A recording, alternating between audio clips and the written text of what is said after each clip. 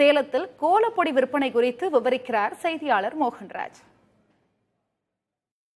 பொங்கல் பண்டிகை அப்படின்னாலே பானை, கரும்பு, மஞ்சள் கொம்பு உள்ளிட்ட பல விஷயங்கள் வரிசையில பார்த்தோம். முக்கியத்துவம் இடம்பெறக்கூடிய மற்றொரு பொருள் வண்ண கோலப்பொடி. வானவில்லை கொண்டு வந்து பூமியில் வரிசைப்படுத்தி விற்பனை செய்வது போல பல இடங்கள்ல சேலம் மாநகரில் இந்த காட்சிகளை பார்க்கலாம். இது போல பாக்கெட்டுகளில் அடைத்தும் கிலோ கணக்கிலும் கூட இந்த வண்ண கோலப்பொடி விற்பனை விறுவிறுப்பாக நடைபெற்று வருகிறது. பிற நாட்கள்ல அந்த கோலப்பொடி வண்ண கோலப்பொடி விற்பனை இல்லை அப்படின்னாலுமே கூட இந்த பொங்கல் பண்டிகை அப்படின்னு வந்துருச்சுனாக்கா கிட்டத்தட்ட 10 நாட்களுக்கு முன்பாகவே இந்த விற்பனை தொடங்கிடும். அதே போல தயாரிப்பாளர்களும் கிட்டத்தட்ட 1 மாதத்திற்கு முன்பு இருந்தே வண்ணப்பொடிகளை தயாரிப்பாங்க.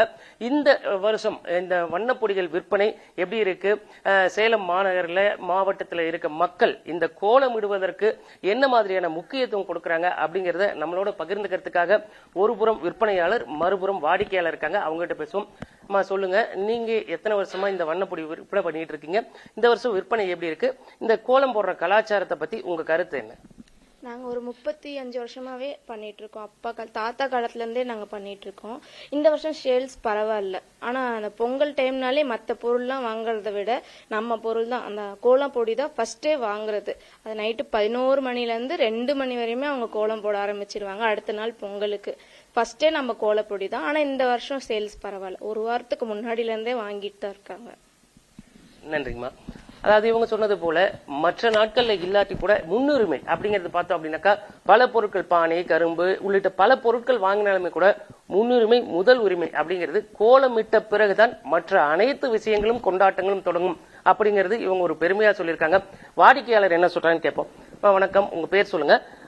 இந்த கோலம் போடுறது நீங்க எத்தனை மணிக்கு ஆரம்பிப்பீங்க? என்னென்ன மாதிரியான கோலங்கள் போடுவீங்க? உங்க பகுதியில அங்க இருக்க பெண்கள் இந்த கோலம் இடுறதுல எந்த அளவுக்கு ஆர்வம் காட்டுவாங்க? என் பேர் உமாராணி. நாங்கள் அயோத்தியப்பட்டினத்துலேருந்து வரோம். அங்கே காலையில் ஒரு 3-3:30 மணிக்கு ஸ்டார்ட் பண்ணுவோம். சாயந்தரம் காலையில் ஒரு 6 மணி வரைக்கும் போடுவோம்.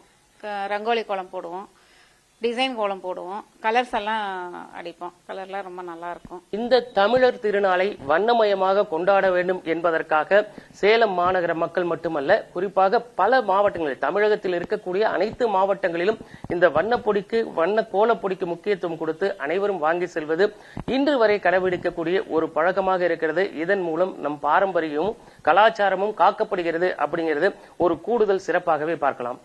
புதிய தலைமுறைக்காக ஒளிப்பதிவாளர் சதீஷுடன் சேலத்திலிருந்து எஸ். மோகன்ராஜ்.